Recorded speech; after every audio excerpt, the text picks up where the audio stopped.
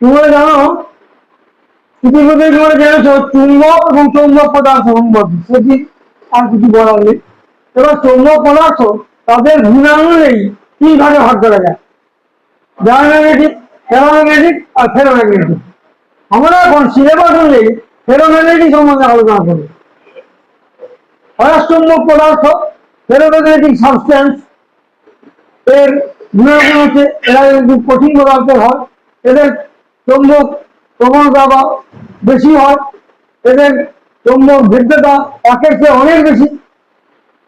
এই জন্য আমাকে অয়স্চুম্বক পদার্থ বলবে। এছাড়াও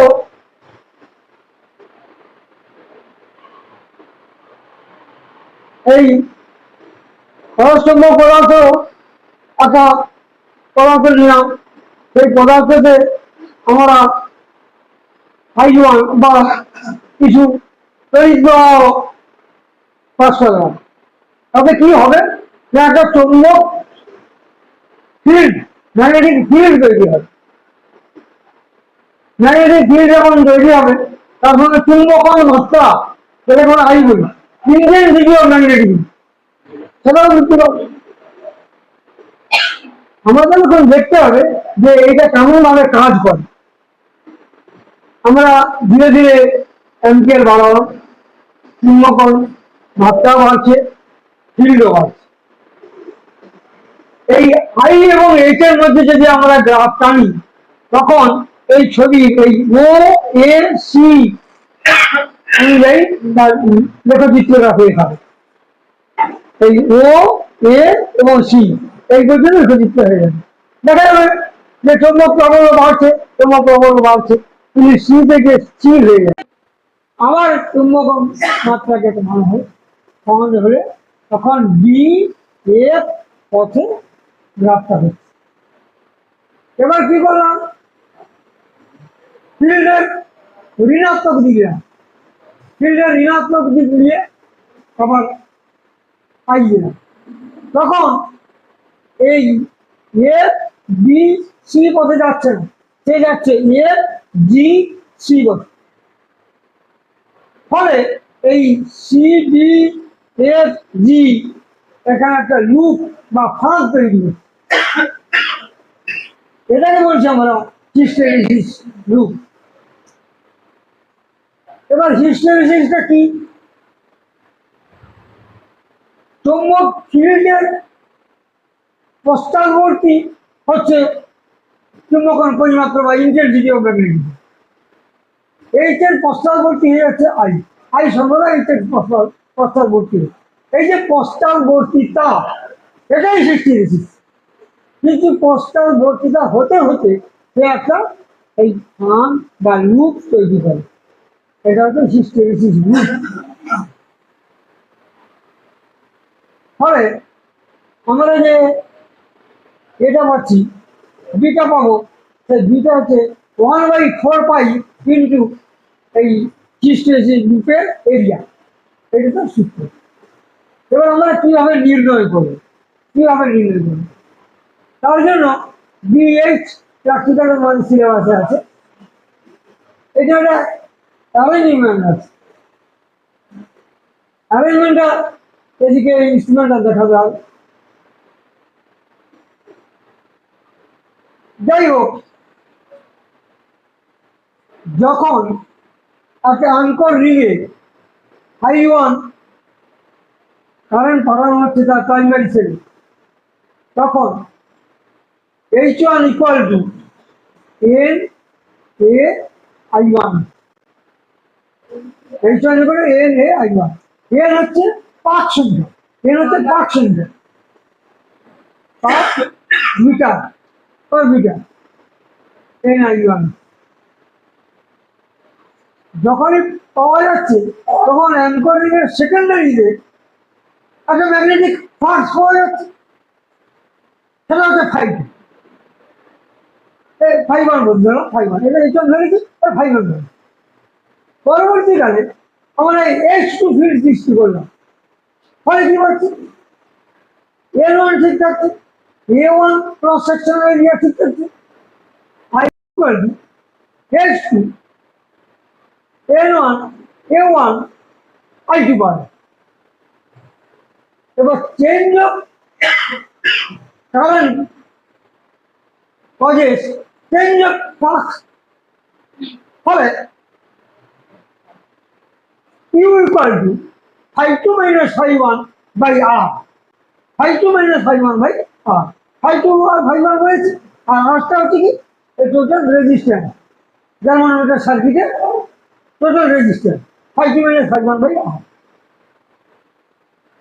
এবার আমরা ক্যালকুলেশন করে যাব, শেষকালে আমরা B1 পাবো, B1 equal to M/2 D1। এইবার হ্যাঁ এইবার বল এইবার ঠিক বললাম তো, কি বলছি ওটা দিয়েছিলাম দেখান।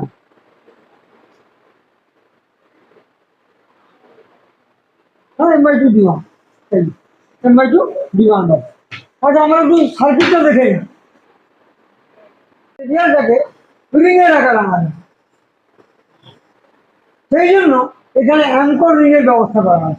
অ্যাঙ্কর রিং তোমরা দেখতে পাচ্ছ, চলে এসো, এইটা হচ্ছে অ্যাঙ্কর রিং, সেই জিনিসটা হচ্ছে অ্যাঙ্কর রিং। এখানে যে লালটা দেওয়া আছে এইটা হচ্ছে প্রাইমারি কয়েল, আর এই কালোটা হচ্ছে সেকেন্ডারি কয়েল, এরপর জড়ানো আছে। এটার নাম সলিনয়েড। সলিনয়েডের এইখান থেকে এই পর্যন্ত প্রাইমারি কয়েল, তারপরে এইটা হচ্ছে সেকেন্ডারি কয়েল, এটাকে বিজি বলে বা ব্যালিস্টিক গ্যালভানোমিটার। এর সঙ্গে একটা রোধ বাক্স জুড়ে আছে, এটা সিডিআর এর সমান রাখতে হয় কিংবা তার চেয়ে বেশি রাখতে হয় ব্যালিস্টিক গ্যালভানোমিটারকে বাঁচানোর জন্য। সিডিআর ক্রিটিক্যাল ড্যাম্পিং রেজিস্ট্যান্স, এটা হচ্ছে ব্যাটারি বাক্স, এর সঙ্গে কারেন্ট দেওয়া যায় এবং এখানে ভোল্টমিটার এবং অ্যামিটার সেট করা আছে। এইটার নাম অ্যাঙ্করিং আমি আগে বলেছি। এবারে এইটার নাম পলস কমিউটেটর, পলস কমিউটেটর, যাতে মুহূর্তে কারেন্টের দিক পরিবর্তিত হয়।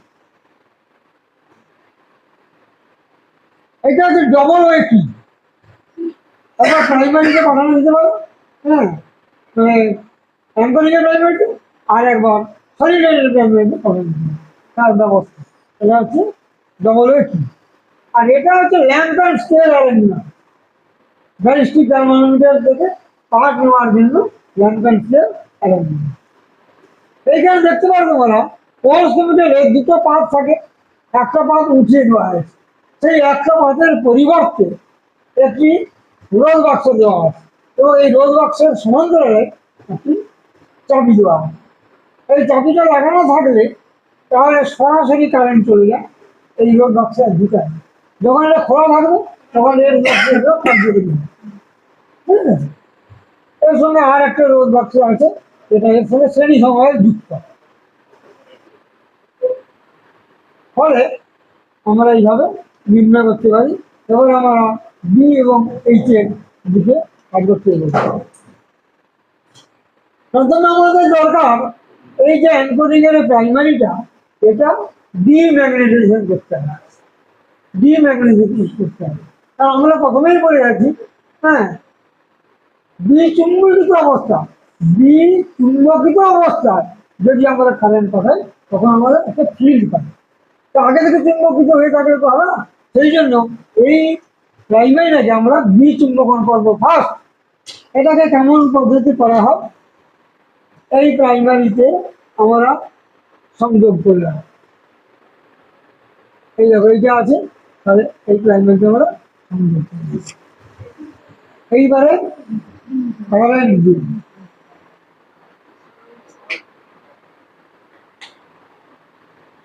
এইটা ল্যাম্প অ্যান্ড স্কেল অ্যারেঞ্জমেন্ট, এখানে 0 ডিগ্রিতে আছে, মানে ওখান থেকে পরিবর্তন এসছে, এটা তুমি আগেও দেখেছো। কারেন্ট দিলাম,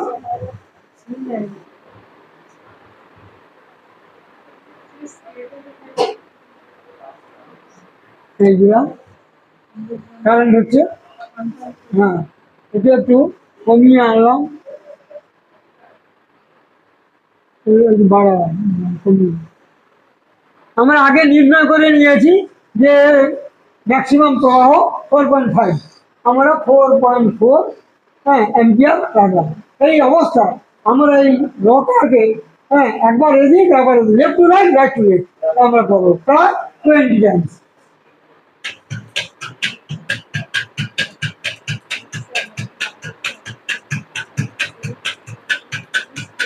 আবার দেখুন, আবার এটা একটু কমালাম, একটু কমালাম, আবার একটু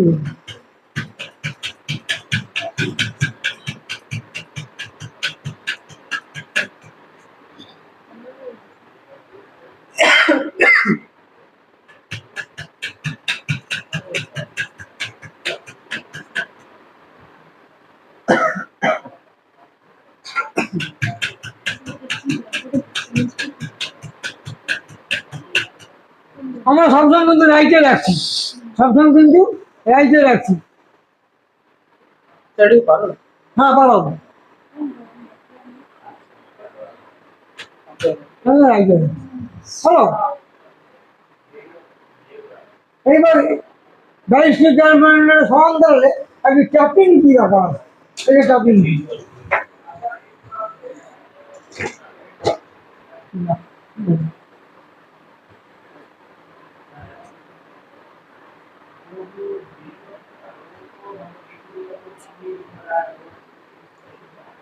এই টপিং দিকে সাহায্যে দূরত্বের দিকে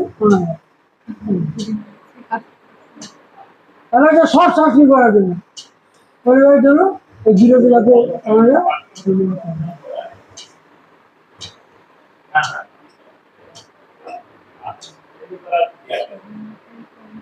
হলো।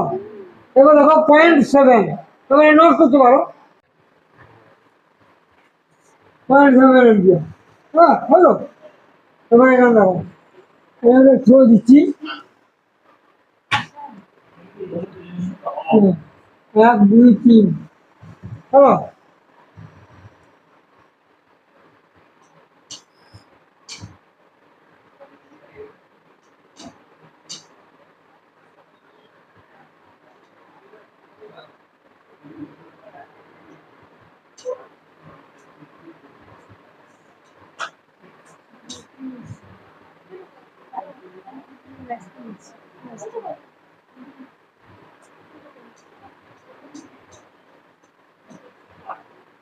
আবার আমি লেফট টু রাইট দিচ্ছি, দেখো 3.5 3.5 হ্যাঁ। এবার আমি একটু বাড়ালাম, ধরো 1.1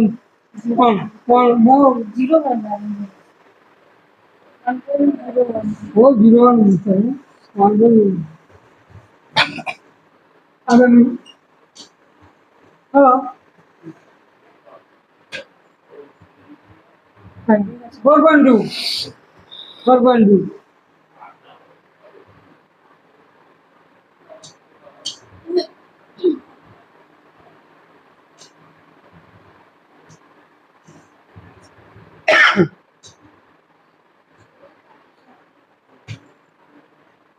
4.6 4.6 পার্সেন্ট দিবে স্যার ওই মিডিলের রেখাটা যেখানে যাবে তো না তাহলে এটাকে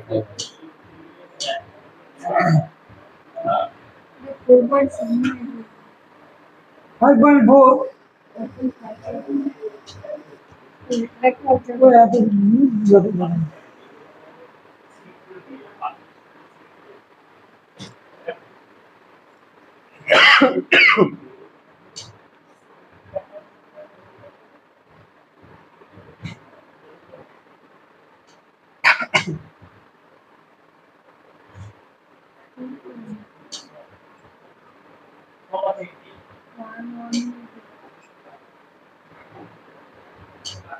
পাঁচটা মান নেব গ্রাফ গ্রাফ সুবিধা আছে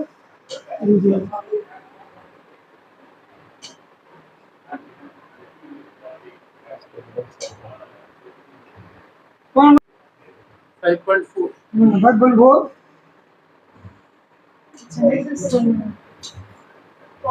না এটা এই সাইডে গুলো ওইগুলো গড় নিতে হবে 2 জিবি নিয়ে গড় নিতে হবে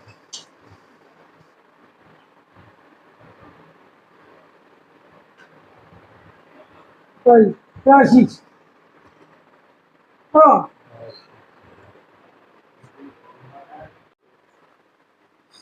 কি বলি?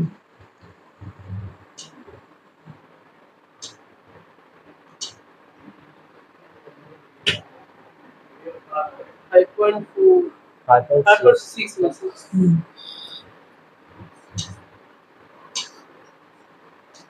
সে পাশে কোন ছিল দেখে এই ক্লাসে কোন ছিল Why zero adjustment? Value of the Five point nine. 6.7 6.9. 6.9 না 6.9 দিলেন 6.8 6.6 ঠিক ঠিক বলছো নাইন লাইনের কাছেই গেছে এই ডান্ডিটা পুরো কাছেই গেছে এখান থেকে আমরা I/D এটা নয় পেয়ে যাবো। আর এখন আমরা বলি এ করলাম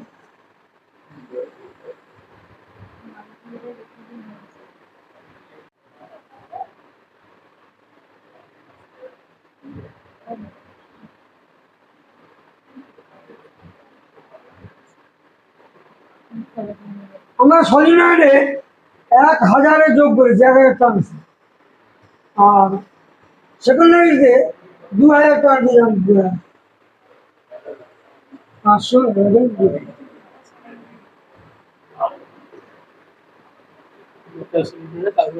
Yes.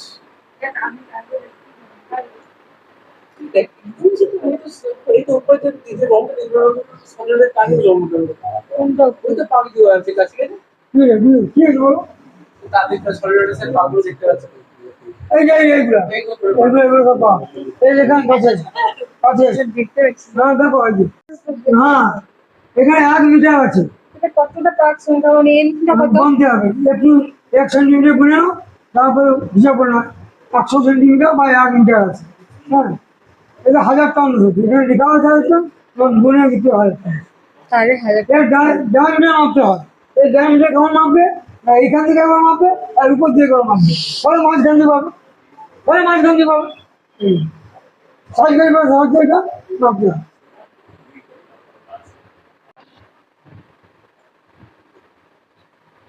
এখন আমরা কানেকশন করলাম এই 2-ওয়ে কির মাধ্যমে প্রাইমারি করে সলিনয়েডের প্রাইমারি করে যোগ করবে আর কোথায় যোগ করলাম না এই যে অ্যাঙ্কর রিংয়ের প্রাইমারি করে দেখো অ্যাঙ্কর রিংয়ের প্রাইমারি করে যোগ করবে আর সেকেন্ডারি করে এই যে এর সেকেন্ডারির সঙ্গে এর সেকেন্ডারি করে যোগ করবে হ্যাঁ কি হলো মিনিমাম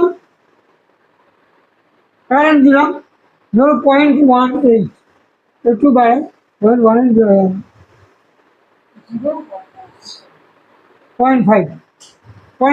অ্যাম্পিয়ার কারেন্ট দিচ্ছি 0.5 অ্যাম্পিয়ার কারেন্ট দিচ্ছি এইবার আমরা আগে 0 মিলিতে আনছি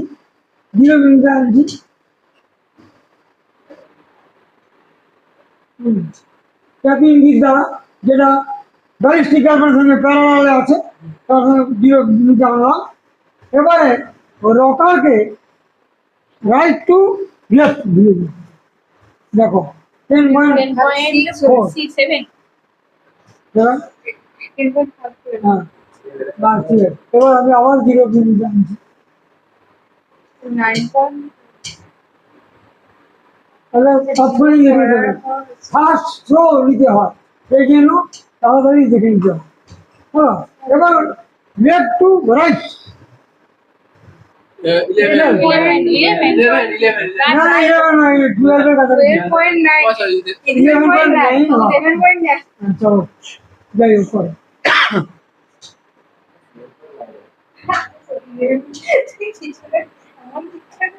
सर ये ब्रेक मेकानिज्म মানে গ্যালভানাইজার সুইং কে ব্রেক করে দেয় না এটা কি হয় শর্ট সার্কিট হয় এই ব্যালিস্টিক আমাদের দুই প্রান্তের সঙ্গে প্যারালালে এই চাবিটা আছে ফলে এটা যখন দিয়ে দিলাম তখন শর্ট সার্কিট হয়ে গেল ফলে এটা স্থির হতে সাহায্য করে সেটা সুইংটা থামাতে থাকবে হ্যাঁ জার্মানের মধ্যে একটা আয়না চলছে সেই আয়নাতে আলোটা রিফ্লেক্ট হয়ে এখানে আসছে ফলে ওটাকে থামিয়ে দেওয়া হয়, তাড়াতাড়ি।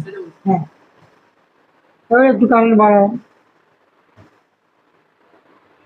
0.64, 0.64, আবার রকার রাইট টু লেফট 14.1 14 14.1 হ্যাঁ 14.2 হ্যাঁ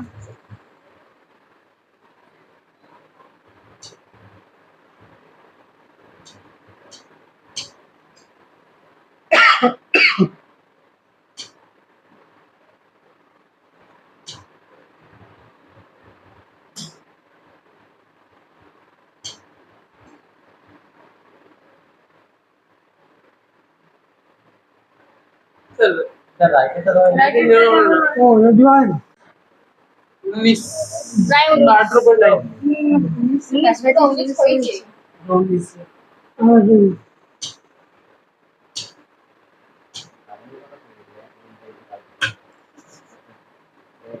হ্যাঁ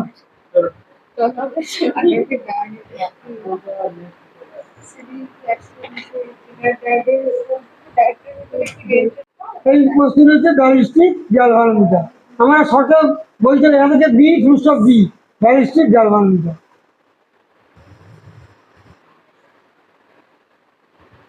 তারপরে তার সঙ্গে শ্রেণী সমবায়ে যুক্ত একটি রোধ বাক্স, যে রোধ বাক্সে মান দিতে হয় সিডিআর এর সমান কিংবা বেশি। কোম্পানির এই সিডিআরটা জানিয়ে দেয় এখানে আছে 3000 ওহম, 3000 ওহম। তো আমরা 3500 ওহম প্রয়োগ করেছি শ্রেণী সময়, 3500 ওহম প্রয়োগ করেছি। এর সঙ্গে আছে সেই সময়ে সেকেন্ডারি কয়েলের সঙ্গে যুক্ত অ্যাঙ্কর রিং, এইটা দেওয়া হয় অ্যাঙ্কর রিং।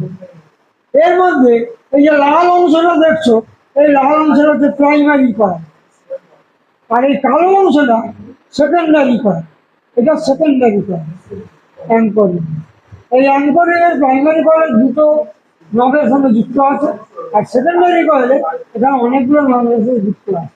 তার মধ্যে একটা হচ্ছে কমন, আর এগুলো টার্নসের উপর নির্ভর করছে, 500 টার্ন, 100 টার্ন, 200 টার্ন, এইভাবে দেওয়া আছে।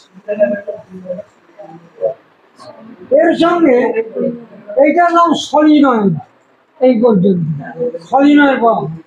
তার মধ্যে এইখান থেকে এই পর্যন্ত এই যে ধূসর রঙের জিনিসটা দেখছো, এটা হচ্ছে প্রাইমারি কয়েল। এই প্রাইমারি কয়েলে আমার পাক দেওয়া আছে, পাক দেওয়া আছে, পাক দেওয়া আছে। আমাদের হিসাব করতে হয় প্রতি একক দৈর্ঘ্যে কত পাক আছে। এখান থেকে এইটা 1 মিটার বা 100 সেন্টিমিটার আছে।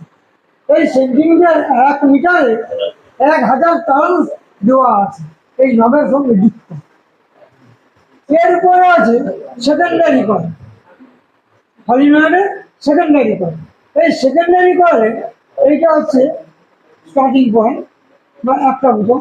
তারপরে এটাই জুড়বে 500 টার্ন পাবো, এটা জুড়লে 1000 টার্ন পাবো, এটা জুড়লে 2000 টার্ন পাবো, এটা জুড়লে 2500 টার্ন পাবো। এর সঙ্গে এটা যুক্ত আছে সেকেন্ডারি কয়েলের সঙ্গে। এটা হচ্ছে টু ওয়ে কি, টু ওয়ে কি, এইটা জিরো বিন্দু, ও বিন্দু তোমাদের বইতে দেখে থাকবে।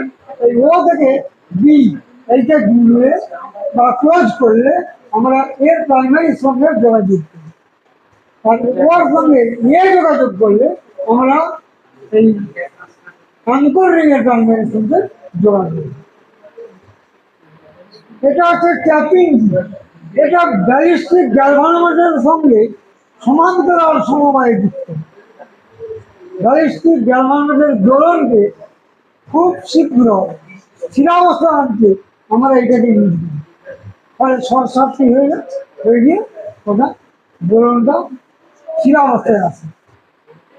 এটার নাম পোহলস কমিউটেটর। পোহলস কমিউটেটর কি করে না তড়িৎ প্রবাহের দিক মুহূর্তে পরিবর্তন করে।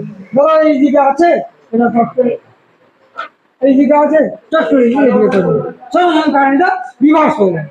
আবার ইয়ে করলো কারেন্টটা ফরওয়ার্ড হয়ে যাবে, আবার করে দিলাম কারেন্টটা রিভার্স হয়ে যাবে। এইটা এর কাজ। এটার সঙ্গে একটা ফিউজ দ্বারা এই ব্যাটারি বক্স এবং ব্যাটারি বক্সের সঙ্গে ভোল্টমিটার এবং অ্যামিটার যুক্ত, ভোল্টমিটার এবং অ্যামিটার যুক্ত, ভিতরে কানেকশন আছে। ভোল্টমিটার মানটার সময় থাকে আর অ্যাম্পিয়ার মিটার সেইভাবে যুক্ত থাকে। একটি রোধ বাক্স ওর সঙ্গে যুক্ত থাকে। আর এখানে যে কোর্স কমিটি দেখছো এর সঙ্গে দুটো ক্রস যুক্ত হচ্ছে, এইখানে একটা থাকছে, কিন্তু একটাকে রিমুভ করা হয়েছে। রিমুভ করে আর একটি রোধ বাক্স এবং তার সঙ্গে সমান্তরাল সময়ে একটি চাবি দেওয়া আছে। এই চাবিটা ওপেন করলে আর খুলে দিলে সঙ্গে সঙ্গে এই বাক্সের মধ্যে দিয়ে পোজ করলে সরাসরি কারেন্ট হচ্ছে না। আমরা রিভার্স করার জন্য এটাকে ইউজ করি। আর এটা যেটা তোমরা দেখছো এটা হচ্ছে lamp and scale arrangement. Lamp and scale arrangement, সেখান থেকে আলো গিয়ে ওইখানে ছোট দর্পণে পড়ে আবার প্রতিফলিত হয়ে স্কেলের উপরে পড়ে। ফলে দর্পণের সামান্য চ্যুতিতে অনেকটাই এখানে আলো যায়, চ্যুতি ফলে আমাদের হিসাব করতে সুবিধা হয়। এখান থেকে ওই 22 গ্যালভানোমিটার পর্যন্ত 1 মিটার দূরত্বে রাখা হয়। এই হলো সংক্ষেপে তোমার বইতে যে সার্কিট আছে সেই সার্কিটের সঙ্গে পরিচয় দিয়ে কত অ্যাম্পিয়ার পর্যন্ত কারেন্ট সহ্য করতে 4.5 পর্যন্ত অ্যাম্পিয়ার দেওয়া যেতে পারে। হ্যাঁ, এই জকিটা একটা এটা লাইট এটা এটাকে ট্যাপিং কি বলে, এই বন্ধ করা হচ্ছে ট্যাপিং কি।